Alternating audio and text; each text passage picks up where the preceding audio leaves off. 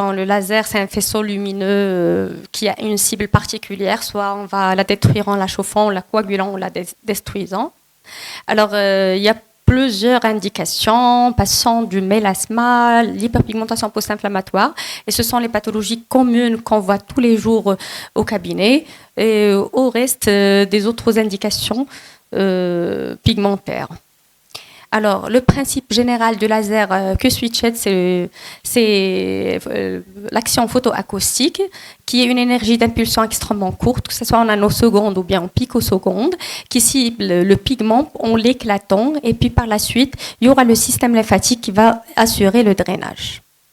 Alors voilà, c'est une énergie laser qui est concentrée, qui va être absorbée d'une manière sélective par les mélanosomes, et puis par la suite, c'est le système lymphatique qui va s'en occuper.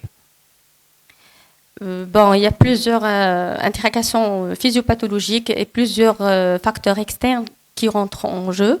C'est pour ça qu'on essaie toujours, avec la technologie Photona, de toucher les différentes, c'est-à-dire les différents points physiopathologiques de chaque pathologie.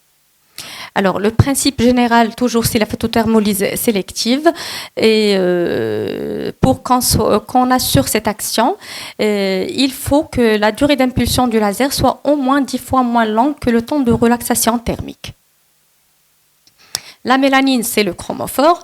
On peut distinguer deux types de mélanosomes, le mélanine et la phéomélanine, qui sont soit une photoprotecteur ou non photoprotecteur. Et chaque fois qu'on a une lésion qui est riche en phéomélanine, la courbe de laser va se déplacer vers la gauche, c'est-à-dire qu'on va être plus superficiel, qu'on va utiliser des lasers pigmentaires qui ont une absorption meilleure pour les pigments tels que le KTP ou bien l'alexandrite.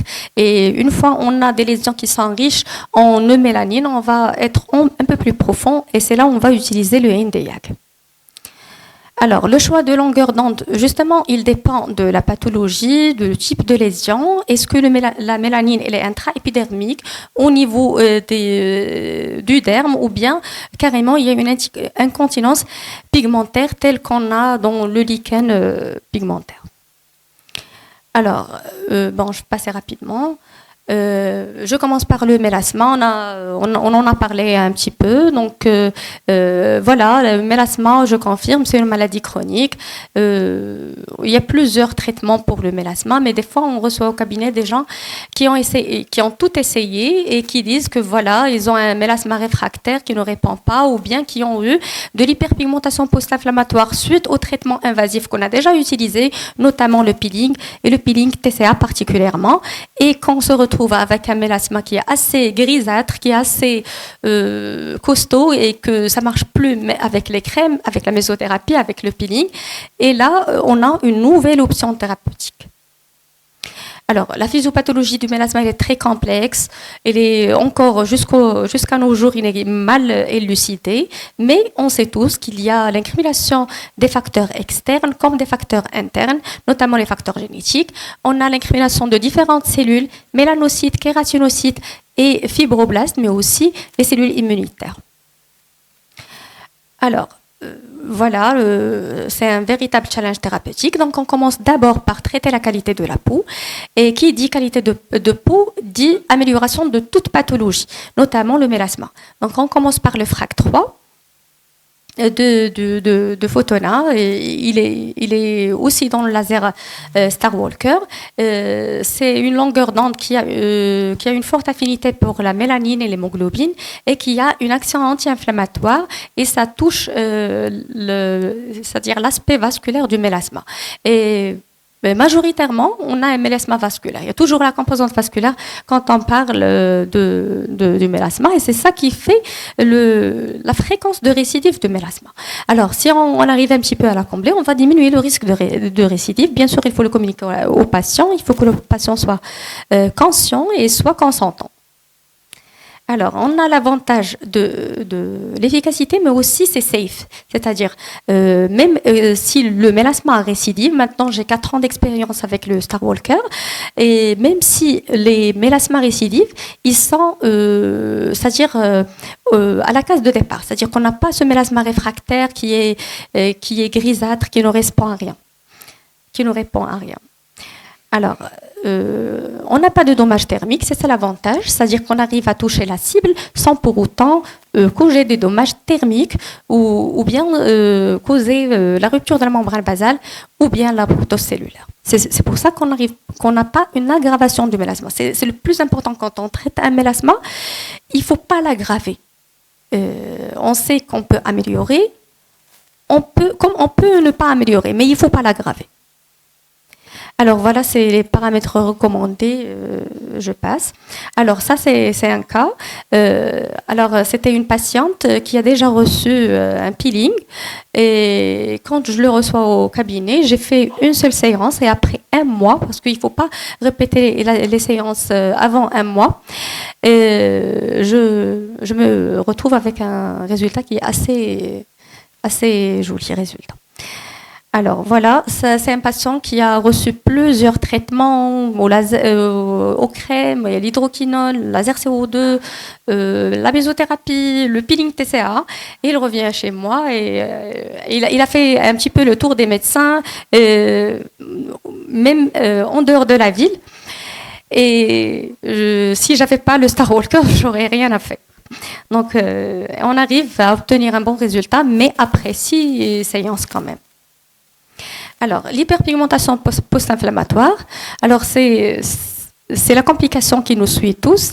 Il y a des hyperpigmentations post-inflammatoires que le patient vient avec et il y a aussi des hyperpigmentations post-inflammatoires qu'on cause nous-mêmes en utilisant des traitements iatrogènes tels que le laser fractionné ou bien le peeling. Et maintenant, on peut traiter le mal par le mal. On peut utiliser aussi le laser pour traiter l'hyperpigmentation post-inflammatoire. Alors, la physiopathologie de l'hyperpigmentation post-inflammatoire, il est un petit peu complexe, mais on sait qu'il y a des facteurs génétiques et on sait qu'il y a l'incrimination des kératinocytes. C'est pour ça que des fois, le peeling, il améliore l'hyperpigmentation post-inflammatoire, mais jamais on arrive c'est-à-dire à éliminer cette hyperpigmentation post-inflammatoire en utilisant les traitements superficiels. Alors, il y a aussi le rôle des fibroblastes. Alors, le traitement laser, dans ce cas-là, il va utiliser les 4 étapes. C'est-à-dire, la première étape, elle utilise le laser NDAQ switched pour la destruction des mélanosomes et fragmentation de la mélanine thermique. Le FRAC 3, il va toucher les composantes microvasculaires responsables de l'érythème et la fractate, elle va plutôt stimuler l'échange kératinocytaire et aussi, il va améliorer la qualité de la peau et aussi, il va stimuler les fibroblastes. Alors, le FRAC 3, il chauffe, mais sans causer de dommages thermiques. Et pour l'hyperpigmentation post-inflammatoire, en une seule séance, on arrive à obtenir quand même un bon résultat. Les lentilles solaires, ce sont des hyperpigmentations qui surviennent surtout dans les zones photoexposées. Et on les trouve souvent chez des patients qui ont une héliodermie, une peau qui est endommagée par le soleil. Donc, sur une coupe histologique, on voit qu'il y a une hyperpigmentation des couches basales, mais les mélanocytes, ils sont quand même normaux. Alors, le protocole de traitement, on peut utiliser directement le KTP pour éliminer le cortico par photothermolyse sélective, mais il n'y a pas de mal à utiliser le FRAC 3, le fractate pour améliorer l'élastose cutanée. Et là, le patient ou la patiente, il va être plus content. En plus, ça ne nous coûte rien du tout. Voilà, j'ai un cas c'est-à-dire j'ai travaillé le visage et le dos. Malheureusement, j'ai perdu les photos. Un petit incident est arrivé, j'ai perdu mon capital de photos, mais bon, j'ai gardé quelques photos. Alors là, après une séance, on se retrouve avec un très joli résultat. Et surtout, sans hyperpigmentation post-inflammatoire, les suites sont très très simples. Voilà, un autre cas sur le visage.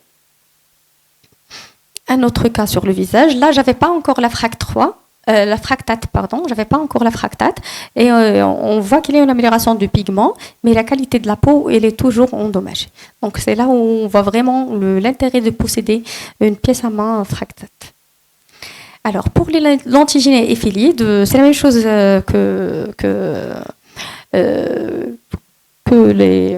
c'est-à-dire ce que je viens de dire. Alors, ce sont des macules qui sont plutôt génétiques et qui sont aggravées par l'exposition solaire. On informe le patient que ça va être récidivant, etc. Mais on aura toujours des patients demandeurs. C'est-à-dire, des fois, on a un profil génétique où il possède beaucoup d'éphilites. Et si on fait une seule séance, on arrive à améliorer nettement et le patient il est content. Même si ça va récidiver, on peut reprendre, il n'y a pas de souci. Alors voilà, un cas, c'est une patiente qui a vraiment les éphilites un petit peu partout sur le visage. Après une séance, on se retrouve avec carrément 80% des lésions qui ont disparu. Les taches café au lait, ce sont des lésions maculeuses, pigmentées, homogènes, dont la couleur varie en fonction des cas. Il faut juste éliminer les diagnostics différentiels, notamment la neurofibromatose, et puis informer le patient du risque de récidive qui est quasi constant. Alors, si on a des taches de café au lait au niveau du visage, les patients sont toujours demandeurs. C'est une patiente que j'ai traitée. D'abord, j'ai traité avec le NDIAC pour toucher toute pigmentation profonde qui est causée par l'exposition solaire. Puis, j'ai traité avec le KTP. Et ça, c'était après 2 séances. J'ai revu la patiente après 2 ans. Il n'y avait pas de récidive quand même. Mais on insiste toujours sur la photoprotection, qui est un facteur de risque de récidive. Les taches café au lait, là, c'est une tache café au lait qui a été nettement améliorée après 2 séances, mais là, j'ai utilisé c'est-à-dire le Q-Switched NDIAC, le FRAC 3, mais aussi le KTP. Le lichen pigmentogène est une maladie inflammatoire qui est chronique, qui provoque une incontinence pigmentaire et puis qui provoque par la suite une hyperpigmentation suite à une incontinence pigmentaire. Alors, il y a l'incrimination des mélanophages dans la physiopathologie, je passe. Et après une séance, c'est une patiente qui m'est adressée par une chère collègue qui a été mise sous isotrétinoïne, sous protopique, sous tous les traitements que vous connaissez déjà. Et après une seule séance, on remarque la différence et on remarque qu'il y a une amélioration même de la qualité de la peau parce qu'on sait que le lichen pigmentogène, il altère la qualité de la peau. Voilà un autre cas. Pour le Nevus dota, c'est une hypermélanocytose qui est un peu profonde. C'est pour ça qu'on utilise plutôt le laser NDIAC. Et des études ont été faites. Ils ont comparé le 755 avec le 1064 et ils ont trouvé que c'était, c'est-à-dire la même réponse. Et dans notre pratique, il y a quelques fois qu'on est ramené d'utiliser même le 532 après avoir utilisé le NDIAC et ça donne de bons résultats. Alors, il ne faut pas oublier que même le Nevus dota, il peut récidiver. Et il ne faut pas oublier qu'on a déjà trouvé des cas de mélanome sur le Nevus dota. Donc, ça ne ferait pas de mal de faire une surveillance après. Voilà, ça c'est mon cas. Après, comme je vous ai dit, j'ai perdu mes photos. Je pose un autre cas, mais ce n'est pas le mien. Et ça, c'est les paramètres recommandés par le docteur. Alors moi, j'arrive à 10 joules facilement. Quand on utilise la fractate, on augmente les chances de réussite de traitement. Le Nevus de Becker, il y a peu d'études qui parlent du Nevus de Becker. Mon expérience personnelle n'était pas au top. Donc, quand on utilise le NDIAC, il y a un léger éclaircissement. Des fois, j'ai eu des cas de Nevus de Becker sur le visage. Après avoir utilisé le laser épilatoire NDIAC et puis l'utilisation du NDIAC Switched, il y a une amélioration, mais toujours les risques de récidive. J'ai essayé la 532, mais il y avait de l'hyperpigmentation post-inflammatoire. J'ai trouvé une étude qui compare l'utilisation de l'herbiumyag avec l'NDIAG en matière de traitement de nevus de Becker. Ils ont trouvé un bon résultat. Personnellement, j'ai jamais essayé, mais toujours le risque de récidive. Alors après, on va parler des lignes de démarcation ethnique. On a ce type de consultation des patients, surtout au niveau du visage, chez les phototypes français. Et ils ont des lignes de démarcation, ils ont tout essayé et rien ne marche. Eh bien, je vous informe que ça marche avec le laser NDX. Ça, c'est une patiente. Elle vient de Mauritanie. Elle a une ligne de démarcation ethnique. Je ne sais pas est-ce que c'est visible sur les photos, mais en réalité, c'était très très clair. Donc, j'ai utilisé les paramètres suivants avec un bon résultat, mais c'était quand même 4-5 séances. Alors, autre indication à développer, les cernes péro-orbitaires, j'ai une petite expérience avec un bon résultat. La canthosis nigricans, le mésésime pigmentaire, le nevus pilus et aussi le green toning face, qui est utilisé largement par les Asiatiques. Alors, très peu ou pas de complications quand on a un laser de dernière génération, mais ça, c'est les complications classiques des lasers Q-switch. Alors, beaucoup de bénéfices, moins de risques, moins d'effets secondaires, c'est tout ce que je peux dire sur le Star Walker. Alors, en conclusion, c'est un outil primordial pour la prise en charge de différentes pathologies qui affectent les mélanocytes. Il y a encore d'autres traitements à développer, peut-être avec vous. Et bon, moi, j'utilise assez souvent la combinaison thérapeutique. Avec la fractate, on utilise d'une manière plus à l'aise le système Drug Delivery Laser, puisque ça ne cause pas de chauffage, ça ne chauffe pas. Donc, ça permet de créer les plis. Et puis, on fait passer facilement la mésothérapie, ce qu'on va faire passer. Alors, je vous remercie pour votre attention. Merci, Dr. Lehlo, pour cette excellente présentation.